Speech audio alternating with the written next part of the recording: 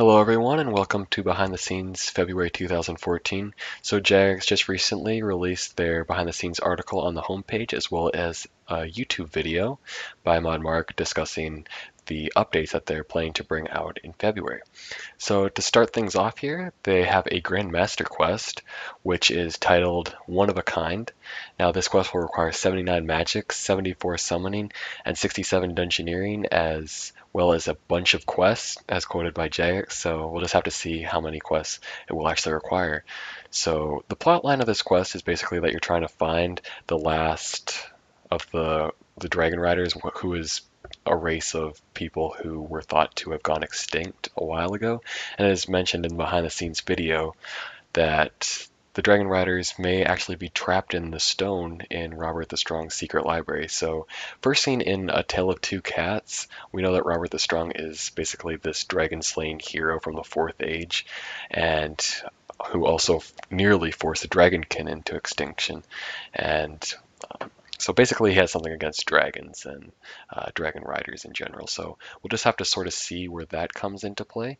So maybe this will be a branch off the Clarion quest series, or you will need those quests because Robert the Strong was mentioned in A Tale of Two Cats, and that Bob is basically the reincarnation of uh, Robert. So we'll just have to see how that all plays out. So this quest will, I'm guessing, will be started with Mr. Mordout, who is the most knowledgeable dragon, and he's located in the Varrock Museum basement. And according to Mark, you'll be able to make your own choices in this quest that will sort of affect the outcome. So this was also seen in The World Wakes as well as some of the newer quests. However, it didn't really affect too many things. Like, they all sort of ended the quest the same way. So maybe this will give you different storylines later on, or maybe new or different rewards. So we'll just have to sort of see on that.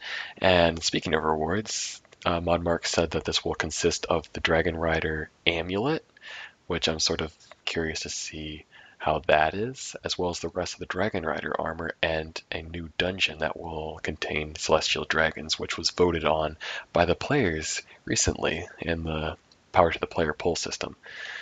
So that really covers it for the One of a Kind quest. Moving on to the improved drop tables. The demons were selected as having their drop tables improved by the players in the recent poll.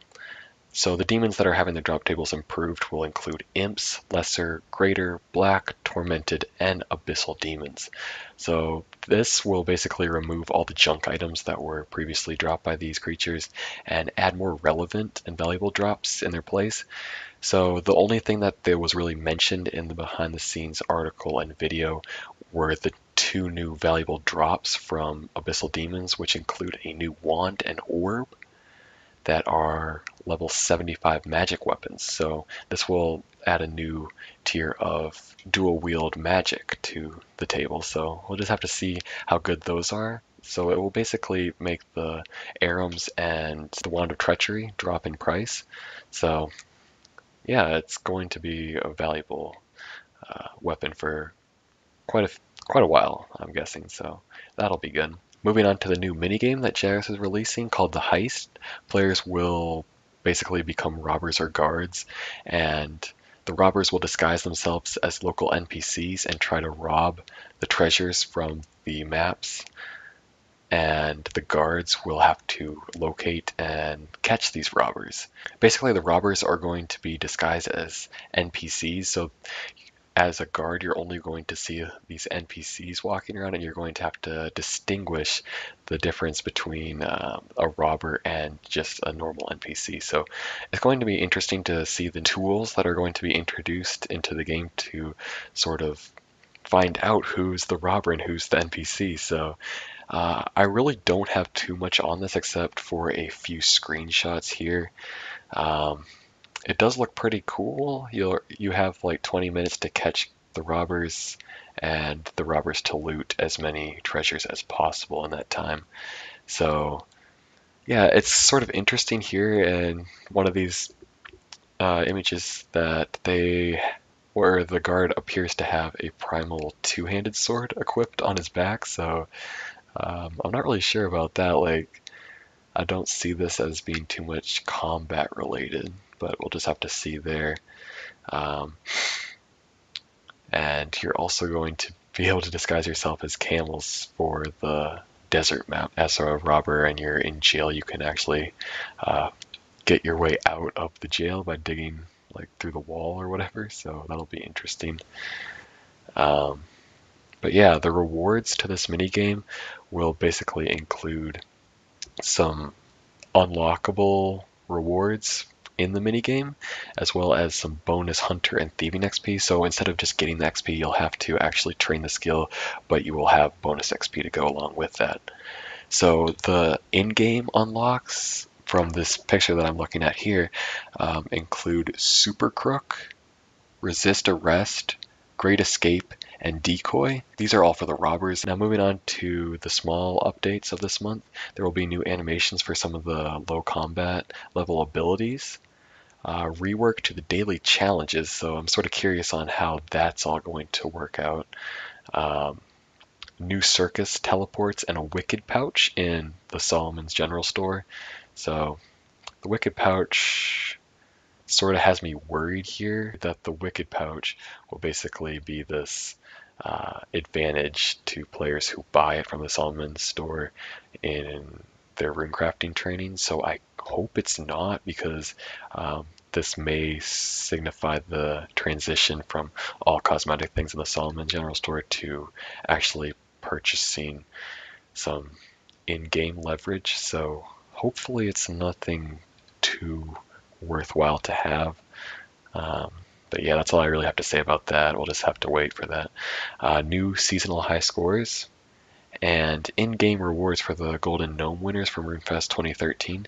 So although I didn't go to RuneFest and didn't win any Golden Gnomes, obviously, this won't apply to me, but I think it would be kind of cool for players to be shown in-game for their accomplishment in the Golden Gnome Awards. All right, so now moving on to the polls that we had voted on this month that are now finished, were the winners included Demons having their drop tables improved, Canifis as a map for the new minigame, Celestial Dragons as the new dragon to be introduced to the game, Elf City as being the preferred update to be worked on over the invention skill, the other spring holiday event, Warumbo versus Brassica Prime, so we'll see a 6 age event instead of the traditional Easter event.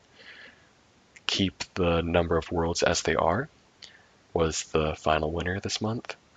And now moving on to the February polls, we have Legacy Combat Mode, bonus XP versus double drops, Elf City Focuses, Holiday Items for loyalty points, Ultimate Combat Abilities, Choose Yelps' Fate, and Divination Familiar. So just going back to Yelps' Fate, like that'll be really interesting to read what Jags has in store for Yelps and which ones we can vote on. So I think that's going to be really funny.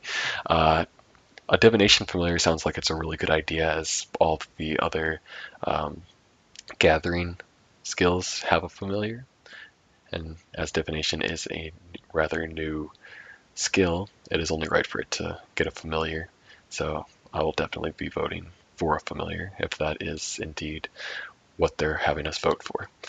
So yeah, this is the behind the scenes for February 2014. I'm really looking forward to all these updates, and I will definitely be going through the quest, doing some Slayer with the new demons drop tables having been improved, as well as even going over to Tormented Demons. So yeah, that'll be really nice to see. And then moving on to the mini game, which is really different from all the other mini games by the sound of things, just reading through the article and listening to Mod Mark, what he had to say about it. So I'll definitely be playing that minigame when it comes out and making a video on it. And the smaller updates do sound pretty cool, as well as the polls. So guys, I will leave in the description the link to both the behind the scenes article and the behind the scenes video on the official RuneScape channel. So yeah, thank you very much for watching, guys, and I will see you all in the next one. Take care, everyone.